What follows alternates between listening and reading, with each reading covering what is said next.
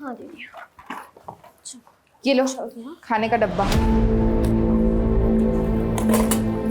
चल जल्दी।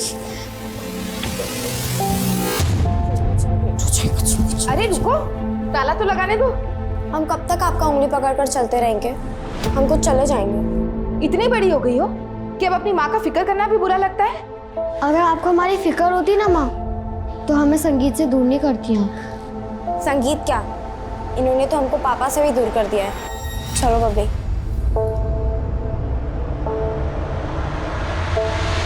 बच्चों के मन में जो बात घर कर जाती है ना मालती जी, उनको बदलना बहुत मुश्किल होता है। देखिए, आप हमारे घर के मामले में दखल अंदाजी मत कीजिए। हम तो सिर्फ इसलिए कह रहे थे कि हम भी एक पिता हैं, सोचा आपको सलाह दे दें। और ये रहा आपके दूध के पैकेट। आपका किराया कल हम आपको दे देंगे। सुनिए, चाय पियेंगे?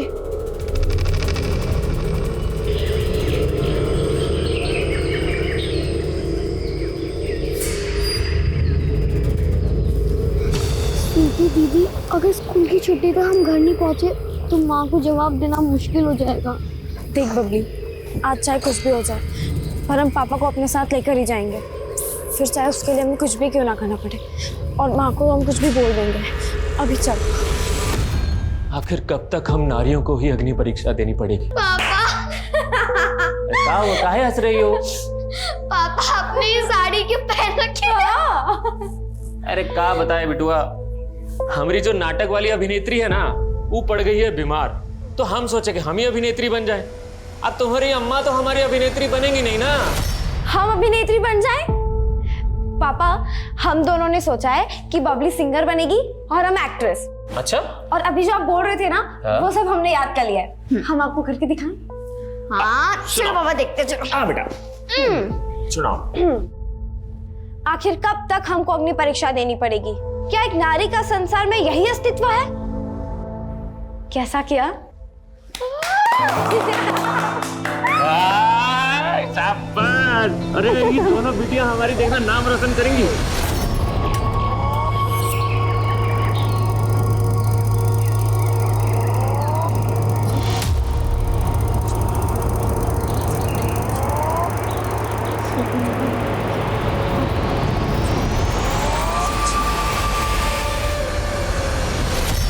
बुरा मत मानिएगा मालती जी, पर आपने खुद ही अपने पैरों पे अपने हालात की कुल्हाड़ी दे मारी। आपको ये सिंदूर, ये मंगलसूत्र उतार के फेंक देना चाहिए और बोल देती सबको कि मर गया वो, तो आपकी बेटियां इस पे भरोसा कर लेती। कुलदीप जी, आप हमारी दुविधा को नहीं समझ पाएंगे। लेकिन आपकी बेटियां जो समझ रही हैं वो बहुत हानिकारक है आपके लिए।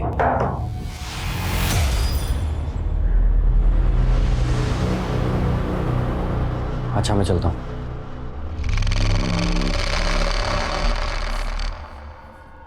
वो मालती जी, हम दीप्ति को स्कूल से घर ला रहे थे तो ये बोली बबली को किताब लौटाना है। वो चाची, आज बबली और स्वीटी दीदी स्कूल नहीं आए ना, तो सोचा ये किताब बबली को देते हुए चली जाती हूँ। ये क्या बोल रही हो दीप्ति? वो दोनों तो सुबह स्कूल के लिए निकले थे। नहीं चाची, वो दोनों तो स्कूल आए ही नहीं थे।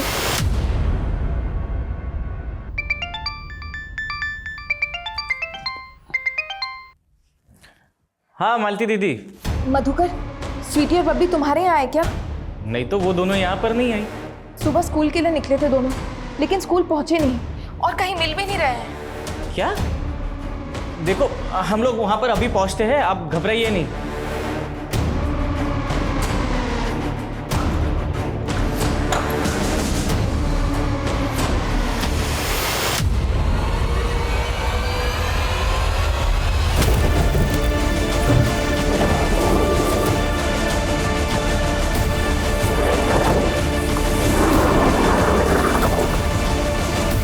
तुम हमको स्कूल छोड़ने से रोक रही थी? कहाँ गई थी? जल्दी बोलो वरना देंगे एक। वो अम्मा, हम फुलवारी में तमाशा देखने गए थे।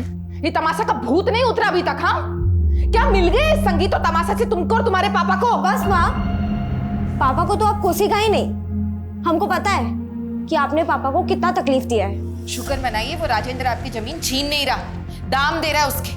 वैसे भी वो बंजर जमीन किस काम की? बंजर है तो क्या हुआ, पुश्तैनी जमीन है हमारी। और पुश्तैनी जमीन माँ के समान होती है। तो तुम क्या कहती हो कि हम अपनी माँ को बेच दें? दो बेटियों के बाप हैं आप, काहे खतरा मोल ले रहे हैं? अरे हम नहीं डरते किसी से। और एक बात बताओ, तुम उस राजेंद्र का काहे इतना पैरवी कर रही हो? रुको, हम देखते हैं कौन आ गया। अरे अरे अरे कौन? अरे मालती! अरे छोड़े! अरे मालती! अरे तुम लोग हमको कहाँ लेके जा रहे हो भाई? छोड़ो हमको!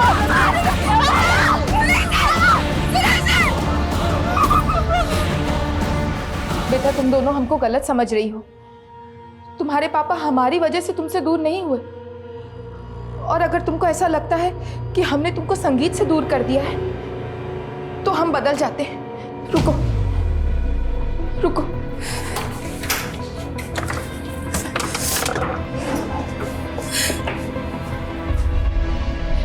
ये लो, तुम्हारी जो मर्जी आए वो करो, लेकिन अपनी माँ को मत कोसो।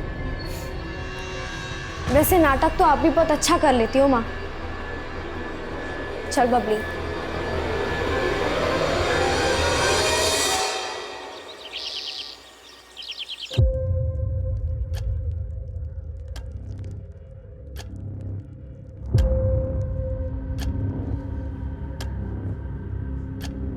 स्वीटी, बबली,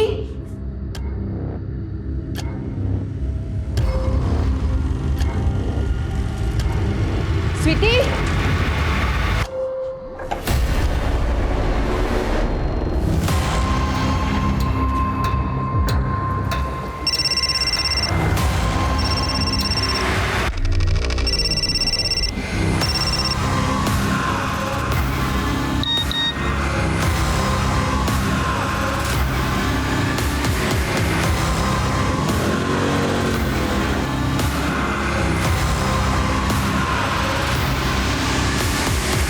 सुबह तो हमने देखा था उन्हें जब हम दुकान खोलते थे, यहीं से जा रही थी।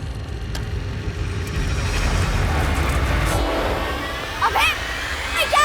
पीछे ले, पीछे ले। आग दिखा रही है अभी। वो जमींदार राजेंद्र जी के बेटे रतन का सर खोल दिया था बबली ने। वही गुस्से में गया था उनके पीछे।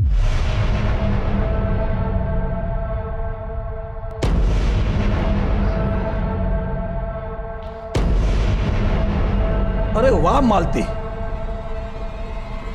रात में हम तुम्हारा ही सपना देखे, पर जब नींद से जगे तो हमरी तो जल गई। अरे साला तुम वो किराएदार का खटिया पे। हमारी बेटियां कहाँ है? बेटियां? तुम साला नौटंकी वाले, तुम्हारा हर दिन का नया नौटंकी होता है। तेरे बेटे ने उठाया ना हमारी बेटियों को, कहाँ है वो? बस देख, हमरे बेटे रतन को बीच में मत घसीट। चल जा, जा ऐसे। हम जानते तू बहुत ताकतवर हो। 1.5 साल पहले हमारे पति को भी उठवा लिया था तुमने, तब हम कुछ नहीं कर सके, लेकिन हमारी बेटी हमें लौटा दो। तुम जो कहोगे, तुम्हें जो चाहिए हम देने के लिए तैयार हैं। जो चाहिए देने के लिए तैयार हो। निकल। कहीं तुम तो पीछे ही पड़ गई राजेंद्र के। 1.5 साल पहले भी तुम्हारे आरोप साबित नहीं हो पाए थे। ना तुम्हारे पास कोई सबूत था, ना कोई गवाह। लेकिन साहब, सोलंकी जी ने राजेंद्र के बेटे को हमारी बच्चों का पीछा करते हुए देखा है। आप उनसे पूछ लीजिए। राजेंद्र के बेटे रतन ने गायब किया हमारी बच्चियों को। हाँ बाबा, कहाँ है तू? ठीक है, हम बात करते हैं। कहा इंस्पेक्टर? अरे किस सोलंकी के बयान पर भरोसा कर लिया? अरे हमरे बेटे को नहीं, वो कमीना किसी और को देखा होगा। तो फिर आपका बेटा रतन कहाँ गायब है? अरे गायब नहीं है, शहर गया है। उसका इस केस से कुछ लेना देना नहीं है। तुम फिर उस गलत औरत का बात पर भरोसा कर लिए। तुम उसके गेम को समझ नहीं पा रहे हो। गेम? कैसा गेम? 2 महीना पहले वो एक किराएदार रखे थे, दुनिया की नजरों में धूल झोंकने के लिए। असल में वो किराएदार उसका प्रेमी है। अब उसके लिए पहले वो अपने पति को गायब की और अब अपनी बेटियों को। अब तुमको हमारे बात पर भरोसा नहीं है ना, तो जाके पूछ लो पड़ोसियों से। कि उनके बीच में क्या चल रहा है।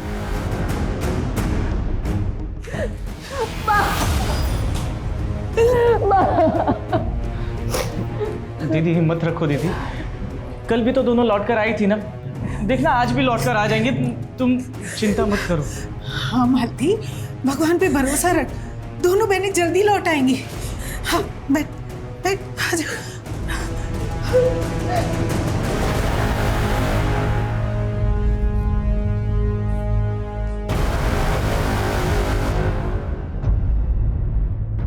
हम तुमसे प्यार करने लगे हैं बबली, लेकिन तुम्हारे सामने बोलने की हिम्मत नहीं होती।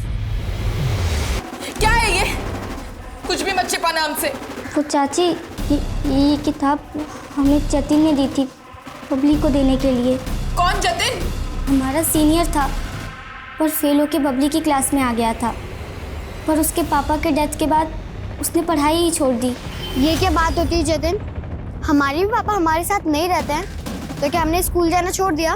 लेकिन बबली, अब हमें अपने पापा का गैरेज संभालना होगा, और अगर हम स्कूल आएंगे तो कमा नहीं पाएंगे, और अगर कमा नहीं पाएंगे तो पापा के इलाज के लिए कर्जा कैसे चुकाएंगे बताओ?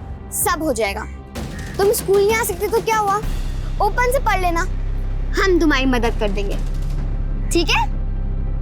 बबली उसको पढ़ाने उसको दुकान पे जाती थी, वहीं उसकी एक किताब छूट गई थी जो जतिन ने हमको दी थी।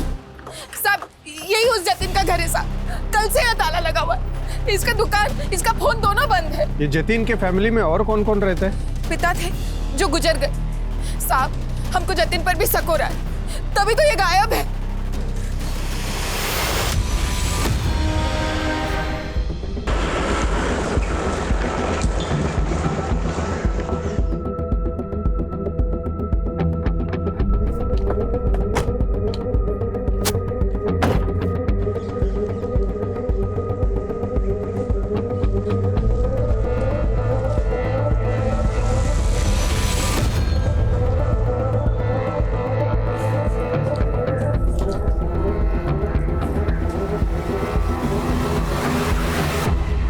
सर, ये ज़मीन स्वीटी और बबली के पिता सुरेश के नाम है, जो 1.5 साल पहले सस्पिशियस सर्कमस्टांसेस में गायब हो गया था। सुरेश की पत्नी ने इल्ज़ाम लगाया कि राजेंद्र ने सुरेश को अगवा करके ये ज़मीन अपने नाम करके उसे कहीं मार के फेंक दिया, लेकिन उसकी लाश अभी तक कहीं नहीं मिली।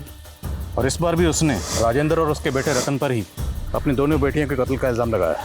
किसी सोलंकी नाम के आदमी ने गवाही दी थी कि उसने रतन को इन दोनों लड़कियों के पीछे जाते देखा था, लेकिन लोकल पुलिस ने उसकी गवाही खारिज कर दी। तुमने तो बताया था उस समय तुमने चश्मा नहीं पहना था। हाँ सर।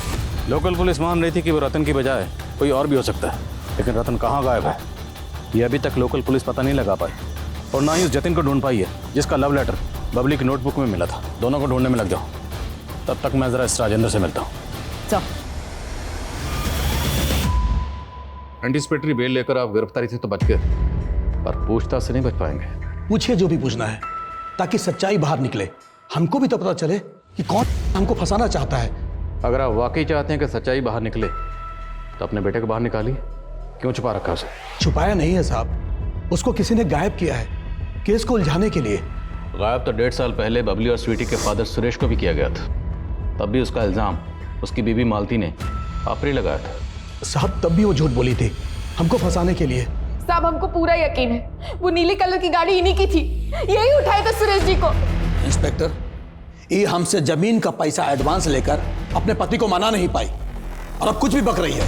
बक तुम रहे हो। एक मिनट, तुम तो बोल रही थी उन आदमियों के चेहरे ढके हुए थे इसलिए तुम चेहरे देख नहीं पाई, फिर वो राजेंद्र और उनका बेटा ही था, ये दावा तुम कैसे कर सकती हो? उस औरत को दुखियारी समझने का गलती मत कीजिए। वो औरत और उसका आशिक किराएदार मिलकर ये षड्यंत्र रच रहे हैं। वो औरत उसके प्रेम में पड़ के पहले अपने पति को निकल गई और अब अपनी बेटियों को।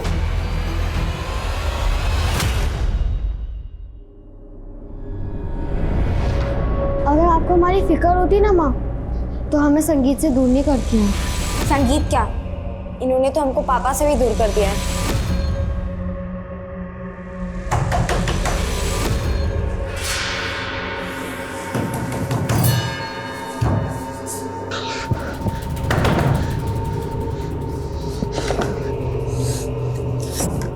आपसे कहा था ना, आप जाइए यहाँ से, अगर वो उठ गई तो अच्छा नहीं होगा। जाइए, निकलिए यहाँ से, जाइए।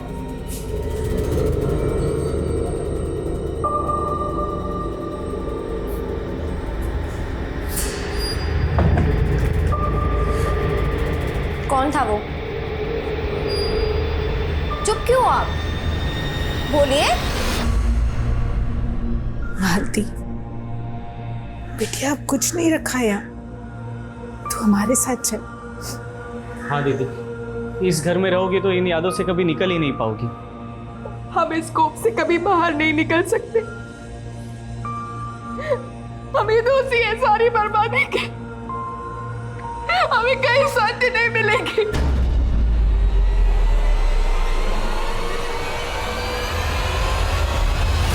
कि जतिन और रतन के सीडीआर देखकर तो नहीं लगता कि ये दोनों टच में होंगे। और लोकल पुलिस ने बताया कि स्वीटी और बबली के पास कोई फ़ोन नहीं था। मैम, रतन का फ़ोन बंद हुआ था नीम कला में, जबकि जतिन का फ़ोन बंद हुआ था शिवपुरी में। पता करो ये दोनों कहीं इन्हीं जगहों पर तो नहीं है। मैम, शिवपुरी में जतिन के एक चाचा का घर है, हो सकता है वहाँ छुपा। गुनहगार कोई भी हो, मालती जी बख्शा नहीं जाएगा। पर हमें पता चला है कि आपका कोई किराएदार भी था, तो काफ़ी दिनों से नज़र नहीं आ रहा, कुलजीत। आपको उस पर शक नहीं? हमको सबसे पहले उसी पर शक हुआ साहब। स्वीटी और बबली जब गायब हुए तो उसके घर पर ताला था, वो हमारा फ़ोन भी नहीं उठा रहा था। फिर बाद में हमको फ़ोन कर कर ऐसा घुमा दिया उसने कि हम कुछ समझ ही नहीं पाए। अरे बबली और स्वीटी को ढूंढने में हम जी जान लगा देंगे मालती जी, आप बिल्कुल भी फिक्र मत कीजिए। और हमारा ऊपर तक पहचान है, डीआईजी साहब को भी फ़ोन घुमा दिया है हमने। लेकिन आप है कहाँ? हम किसी काम से कानपुर आ गए थे, हम जल्दी ही आके मिलते हैं ना आपसे। उसके बाद से उसका कोई अता पता नहीं साहब, उसका फ़ोन भी बंद आ रहा है। अच्छा, कुलजीत रहने वाला कहाँ का? आपने रेंट एग्रीमेंट तो बनाया होगा? हाँ साहब, उसका आईडी का फोटोकॉपी और एग्रीमेंट है हमारे पास।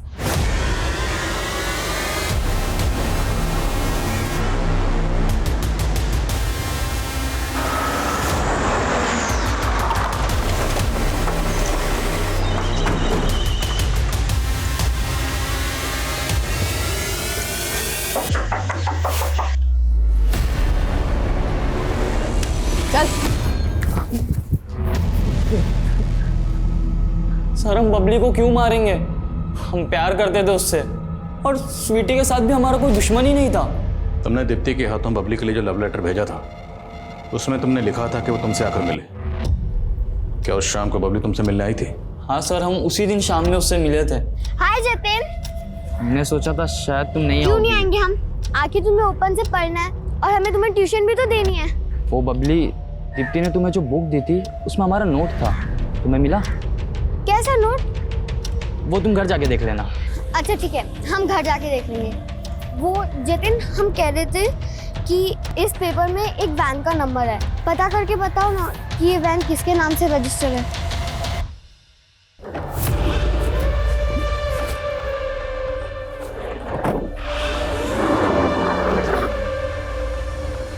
सर, फिर हमें बबली ने बताया कि 1.5 साल पहले उसके पापा को जिस वैन में किडनैप किया गया था, उसे लग रहा था कि वो उसी वैन का नंबर है।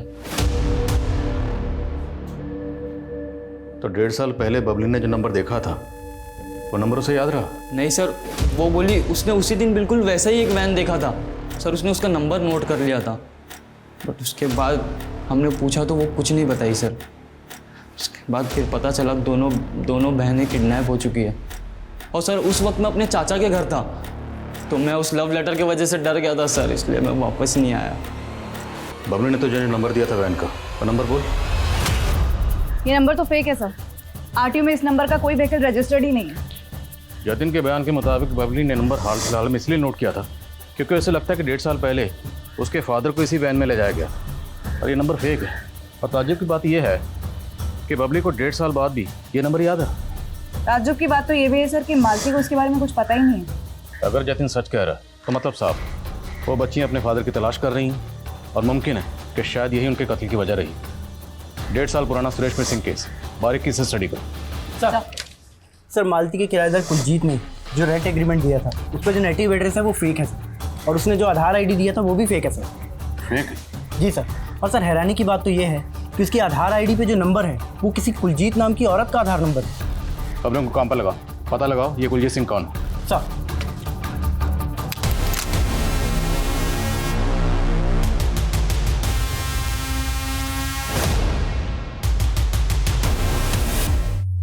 तो तू है सोलंकी जिसने उस आदमी को मालती का घर किराए पर दिलवाया था? हाँ साहब, लेकिन हमें नहीं पता था कि वो इतना बड़ा बंडलबाज निकलेगा। क्या मालूम तू भी उसकी बंडलबाजी में शामिल हो? नहीं नहीं साहब, हम तो सिर्फ मालती की मदद करना चाहते थे, लेकिन हम हैरान तो तब हुए जब उनकी बेटी अपना कमरा किराए पे देना ही नहीं चाहती थी। वहाँ उस कमरे से हमारे पापा की यादें जुड़ी हैं। वहाँ पापा रिहर्सल करते थे। हाँ माँ, उस कमरे में हम किसी को नहीं रहने देंगे। कमरा अगर किराए पर नहीं चढ़ाया है ना, तो घर का खर्चा चलाना मुश्किल हो जाएगा। माँ लेकिन हम कह रहे हैं वहाँ नहीं बस, कुछ नहीं सुनना है हमको। चलो अंदर जाओ। साहब बच्चियां गुस्सेल जरूर थी, लेकिन बहुत मासूम थी। साहब वो रतन के बारे में तो मैंने तुमसे कुछ पूछा ही नहीं। रतन के खिलाफ बयान देने के लिए तुझे किसी ने पैसे दिए? नहीं साहब, ऐसी कोई बात नहीं है। हमारी आंखें जरूर कमजोर हैं, मगर उस दिन हमने रतन की आवाज़ अच्छे से सुनी थी। बहुत गंद बक रहा था बच्चियों के बारे में। हमने कुछ नहीं किया साहब, हमें छोड़ दो। साहब सर, वो ओरिजिनल कुलजीत जिसकी आईडी का इस्तेमाल उस किराएदार ने किया था, मैंने उसके बारे में पता लगाया सर। उस कुलजीत की 2 साल पहले डेथ हो चुकी है।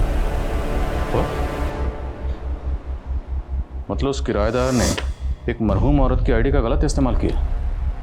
रतन की प्लेट? नहीं सर, फिलहाल कुछ नहीं पता चला। पता लगाओ वो कहाँ है। राजेंद्र को लगता है कि उसके बेटे रतन को कहीं गायब किया गया है, पर पूरे चांसेस हैं कि इसने खुद ही अपने बेटे को कहीं गायब किया हो।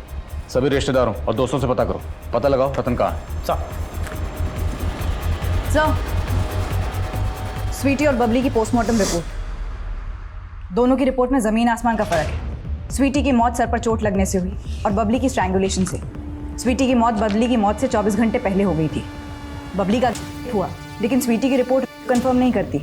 पर हाँ सर, स्वीटी एक्टिव थी। ये कैसे मुमकिन है?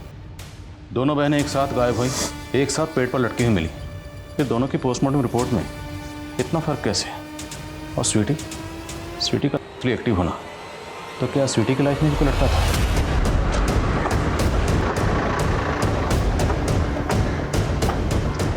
नहीं साहब, हमारी बेटियां ऐसी नहीं थी। उनका किसी लड़के के साथ चक्कर नहीं था। हो सकता है स्वीटी के साथ कभी किसी ने कुछ गलत किया हो, घर में या मोहल्ले में, या फिर आपकी गैर मौजूदगी में उस किराएदार ने। नहीं साहब, हम उनको कभी घर पर अकेला नहीं छोड़ते थे। आपके घर पर कौन कौन आता था और दोनों बहनें कहाँ कहाँ जाती थी? स्कूल के अलावा दोनों बहनें बस अपनी एक सहेली दीप्ति के घर ही जाती थी। हाँ सर, बबली और स्वीटी दीदी हमारे यहाँ पढ़ने आते थे। क्या बबली की तरह स्वीटी का भी कोई बॉयफ्रेंड था? हाँ सर, स्वीटी दीदी सूरज भैया को लाइक करती थी। सूरज? कौन सूरज? सूरज भैया तो स्वीटी दीदी के पापा के नाटक मंडली में काम करते थे। साहब, सूरज हमारे घर के बरामदे में ही सोता था, अनाथ था। सुरेश जी बहुत मानते थे उसको। है कहाँ है सूरज आजकल? सर, आप गलत समझ रहे हैं सर। हम और स्वीटी सिर्फ अच्छे दोस्त थे। सिर्फ अच्छे दोस्त थे या बहुत करीबी दोस्त थे? तुम्हारे और स्वीटी के बीच में जिस्मानी ताल्लुकात है ना? नहीं सर, हमारे बीच में ऐसा कुछ भी नहीं था। पर तुम स्वीटी से अक्सर मिलते थे ना? मिलते थे या नहीं? हाँ सर। तो स्वीटी से आखिरी बार मुलाकात कब हुई थी? इतना तो याद ही होगा। वो दिन मैं कभी नहीं भूल सकता, क्योंकि उस दिन स्वीटी बड़ी अजीब अजीब बातें कर रही थी। सूरज, तुम अपने ब्लॉग की न्यूज़ ढूंढने के लिए इधर उधर घूमते रहते हो। क्या तुम हमें बता सकते हो कि इस एरिया में लोग कहाँ रहते होंगे? और सर, फिर हमने उसे देवली जंगल पहुंचने का नक्शा बना कर दिया था, और फिर पता चला कि स्वीटी और बबली उस दिन देवली जंगल गए थे। देवली जंगल? हाँ सर। और सर, स्वीटी और बबली की हत्या के एक दिन पहले स्वीटी का हमारे पास फ़ोन भी आया था। स्वीटी, हमको तुम्हें देवली जंगल के बारे में बताना ही नहीं चाहिए था। तुम क्यों खतरा मोल ले रही हो? देखो सूरज, हम तुमसे अभी बात नहीं कर सकते, और कल जल्दी सुबह हम और पब्लिक तुमसे मिलने आएंगे। लेकिन सर, स्वीटी कभी आई ही नहीं। फिर हमें उनकी हत्या के बारे में मालूम पड़ा। बेवकूफ बना रहे? स्वीटी के पास कोई फ़ोन नहीं था। सर, फ़ोन कैसे नहीं था? हम तो आए दिन स्वीटी से फ़ोन पर ही बात करते थे। हम झूठ क्यों बोलेंगे साहब? स्वीटी के पास फ़ोन था ही नहीं। स्वीटी के पास फ़ोन था। सूरज ने हमें जो नंबर दिया, हमने पता लगाया, वो नंबर स्वीटी का ही है। लेकिन ये बात आपने हमें नहीं बताई। और भी बहुत कुछ है जो आपने हमें नहीं बताया। क्या नहीं बताया साहब? आपकी बेटियों को लगता था कि आपके पति बागियों के कब्जे में है, ये आपने हमें नहीं बताया। आपकी बेटियां देवली के जंगल में गईं, ये बात आपने हमें नहीं बताई। और बबली ने रिसेंटली एक वैन का नंबर नोट किया था जो कि फेक था, लेकिन ये बात आपने हमें नहीं बताई। और सबसे अहम बात, स्वीटी के पास फ़ोन था, ये आपको कैसे नहीं पता था? नहीं पता चला साहब। क्योंकि वो हमसे बहुत सी बातें छुपाने लगी थी, क्योंकि उनका भरोसा उठ गया था अपनी माँ से। हम अपने आप से हार गए थे साहब, हार गए थे। मालती जी, पहेली में बात मत कीजिए, आंसू पूछिए और मेरे सवाल का जवाब दीजिए। आपके पति सुरेश कहाँ है? साहब, 1.5 साल पहले तक हम यही सोचते रहे कि वो राजेंद्र मार दिया उनको, लेकिन फिर 3 महीने बाद कुछ ऐसा हुआ जिसकी हम कभी कल्पना भी नहीं किए थे।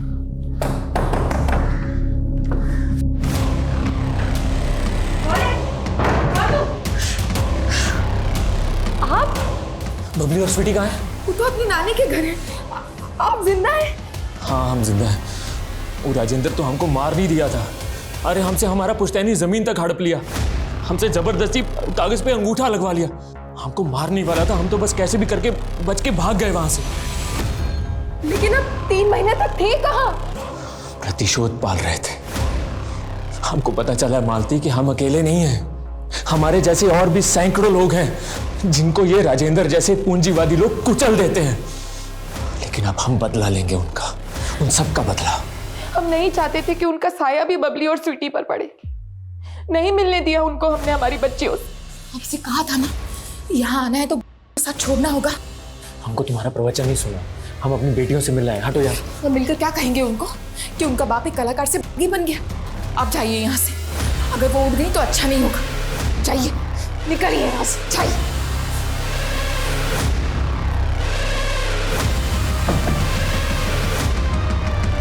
कौन था वो? चुप क्यों हो आप? बोलिए। आप पापा को धोखा दे रहे हो। नहीं स्वीटी, वो कोई गैर मर्द नहीं था, तुम्हारे पापा ही थे।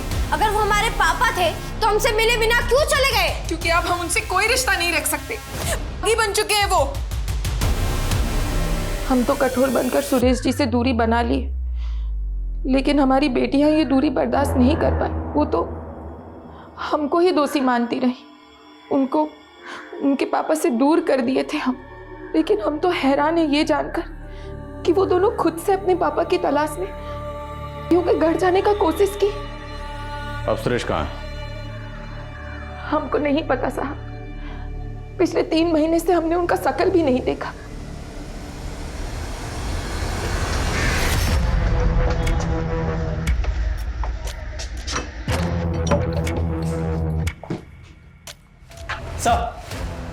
सर, हमारे एक खबरी ने अभी भी एक इन्फॉर्मेशन दी है।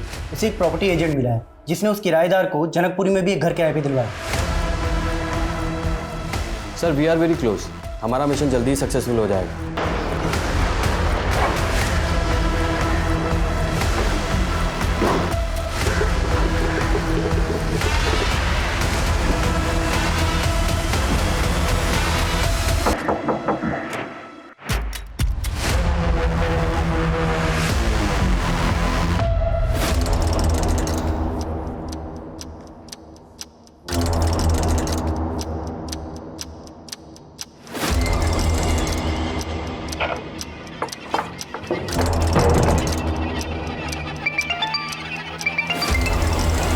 जैन सर। ओके सर, हो जा।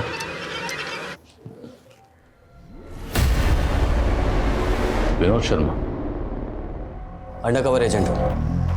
6 महीने पहले हमारे सीनियर ऑफिसर अमोद सिंह की कार ब्लास्ट में इस सुरेश का हाथ था। सुरेश को पकड़ना हमारा मिशन है। मुझे इन्फॉर्मेशन मिली कि सुरेश अक्सर अपनी बीवी से मिलने आया करता है, इसलिए किराएदार बन के मैं वहाँ रहने चला गया। मैंने सोचा उसकी बीवी के जरिए सुरेश के बारे में इन्फॉर्मेशन निकालने की कोशिश करूं, लेकिन अचानक से उसकी बेटियां गायब हो गई। अगर मैं वहाँ रुकता तो लोकल पुलिस मुझे भी इन्वेस्टिगेट करती और ये मेरे मिशन के लिए सही नहीं था, इसलिए मुझे वहाँ से निकलना पड़ा। लेकिन आपके वहाँ रहते हुए सुरेश की बेटियों को किसने किडनैप किया और फिर उनका कत्ल कर दिया? कोई गेस किसने किया होगा? ये तो मुझे भी नहीं समझ में आया, बट हाँ, मुझे एक इन्फॉर्मेशन मिली है कि सुरेश राजेंद्र पे अटैक करने की प्लानिंग कर रहा है। शायद उसको लगता है कि ये सारा कांड राजेंद्र ने किया है, और हम भी यही चाहते हैं कि सुरेश ये अटैक अटेम्प्ट करे ताकि हमें उसे पकड़ने का मौका मिल जाए।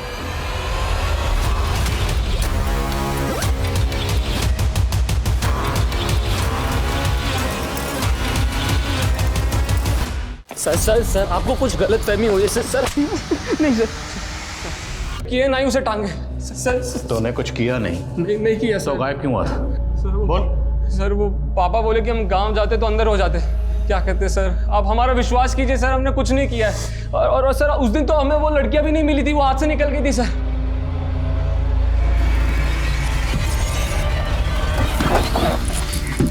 मैडम वो लड़कियां यहाँ मुड़ गई थी और हम सीधे चले गए थे। उसके बाद क्या हुआ हमें नहीं मालूम। लेके जाओ उसे। अगर ये लड़का सच बोल रहा है तो पता करो उस दिन वो दोनों बहनों को यहाँ किसी और ने देखा था क्या। शायद इससे पता चला कि वो दोनों बहनें यहाँ से कहाँ गई थी। ओके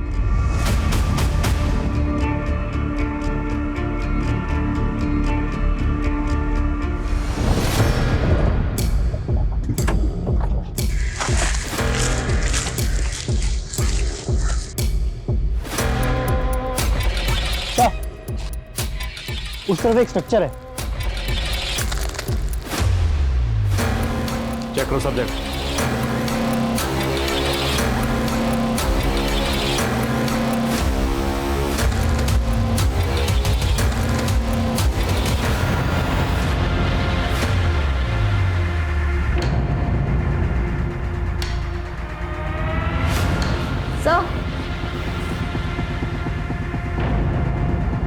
सर ये तो स्वीटी का फोन है। इस जगह का जो भी मालिक है हाजिर करो उसे। सर बोलो।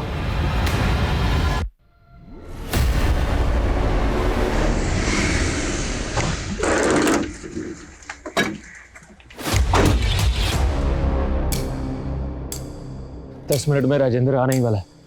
आज तो हम उसका काम तमाम करके ही हटे।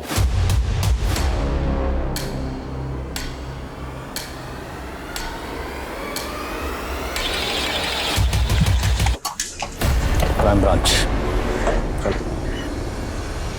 वो राजेंद्र हमारा जिंदगी बर्बाद कर दिया और जबरदस्ती हमारी पुश्तैनी जमीन भी हड़प ली। हम सीधा के पास गए। सब हमारा नाटक मंडली था। हम कभी कभी उनको नाटक दिखाने जाया करते थे, इसलिए हमारा उनसे पहचान था। और जब उनको पूरा बात बताया तो उन्होंने हमारी मदद की, हमको अपने साथ में ही रख लिया साहब। 3 महीने से तुम अपनी बीवी और बच्चियों से मिलने क्यों नहीं आए? साहब क्योंकि सरदार जी की बेटी रजनी हमको पसंद करती थी, हमारी कला की मुरीद थी, तो साहब हम उससे शादी कर लिए। लेकिन साहब हम अपनी बेटियों को मिले बगैर रह ही नहीं पाते थे। उस दिन सुरेश की बेटियां वहाँ आई थी और वो उसे मिलने की जिद करने लगी। अब बता कौन है तुम्हारा बाप? हमारे पापा का नाम सुरेश है, वो भी आप लोग की तरफ नहीं है। उस वक्त सुरेश नहीं था वहाँ पे। उसकी बेटियां जोर जोर से रो रो के बताने लगी कि कोई आदमी रोज रोज उनके साथ ज़बरदस्ती करता है। कौन ज़बरदस्ती करता था? उसका नाम नहीं बताया उन्होंने, बोली कि अपने पापा को ही बताएंगी। फिर हमने उनको ये बोल के भेज दिया कि उसके पापा उनसे मिलने आ जाएंगे, लेकिन ये बात फिर मैंने सुरेश को नहीं बताई। मुझे लगा कि कहीं सुरेश वापस अपनी बेटियों और पहली बीवी के पास वापस ना चला जाए, इसलिए मैंने उसे कुछ नहीं बताया। फिर एक दिन हमने अखबार में पढ़ा कि हमारी बेटियां, और आखिरकार रजनी ने हमको सब सच बताया कि हमारी बेटियां वहां आई थी मदद मांगने के लिए, लेकिन हम कुछ नहीं कर पाए साहब, हम कुछ नहीं कर पाए साहब। हमको तो लगता है कि राजेंद्र और उसका बेटा ही हमारी बेटियों का शोषण किया होगा। हमको पूरा यकीन है साहब कि उन दोनों ने हमारी बेटियों का कत्ल किया होगा साहब। उन दोनों ने नहीं मारा, बबली और स्वीटी के कातिल को ढूंढ लिया हमने। सर पूछताछ में पता चला था कि स्वीटी और बबली यहाँ कुएं के पास देखी गई थी हत्या वाले दिन। वो यहाँ से आया जाया करती थी। ये भी पता चला कि कुएं के मालिकों से उनका अक्सर झगड़ा होता था। वो बिरादरी की लड़कियाँ आए दिन हमारे कुएं के सामने से गुजर के हमारे ज़मीन को कर देती थी, और साहब उस दिन तो हद ही हो गया। हमारा ही कुआं मिला तुम्हें, कर दिया। आखिर समझ के क्या रखा है तुमने हमको? हम भी इंसान हैं। फिर हमने उस बबली को अच्छे से सबक सिखाया और फिर उनकी बॉडी ले जाके उन्हीं के बाप की ज़मीन में टांग दिया। हम सोचे उनकी लाश वहाँ मिलेगी तो राजेंद्र और उसका बेटा रतन ही फंसेगा। तुम दोनों का सिर्फ इतना मकसद नहीं था, स्वीटी के मोबाइल में हमें एक वीडियो मिला। वो वीडियो किसके कहने पर बना? वो वीडियो किसके कहने पर बनाया?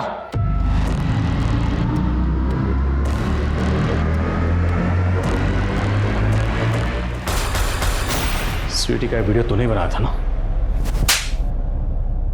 उसे हर रोज फोन भी तू ही करता था ना? सुरेश जीजा गायब हो जाने के बाद राजेंद्र के डर से दीदी दोनों बहनों को हमारे यहाँ छोड़ दी थी। एक दिन हमारी माँ और वो छोटी वाली बबली बाजार गए थे। हम थोड़ा सा बहक गए थे। वो किसी के सामने मुंह ना खोल पाए, इसके लिए हम उसका वीडियो रिकॉर्ड कर लिए थे और फिर रोज़ हम उसको डरा धमका के उसके साथ। लेकिन एक दिन बबली हमको देख ली थी। वीडियो वायरल हो जाने के डर से वो अपनी माँ के सामने कुछ नहीं बोली और दोबारा अपनी माँ के पास लौट गई। फिर कुछ दिन बाद हमको पता चला कि वो दोनों बहनें अपने पापा को ढूंढने निकली है। हमें लगा कहीं वो अपने बाप के सामने मुंह ना खोल दे, वरना उनका बाप हमें जिंदा नहीं छोड़ता। मिश्रा हमारा जानकार है। उस दिन उसके हाथ से स्वीटी का मर्डर हो गया था। डर के मारे वो हमको फ़ोन कर दिया। हमने मिश्रा के डर का फ़ायदा उठाया। हम नहीं बोला था उनको कि दोनों बहनों को टांग दे और उसके बदले में हमने कुछ पैसे भी दिए थे मिश्रा को। खुद अपनी सगी भांजी के साथ दुष्कर्म किया।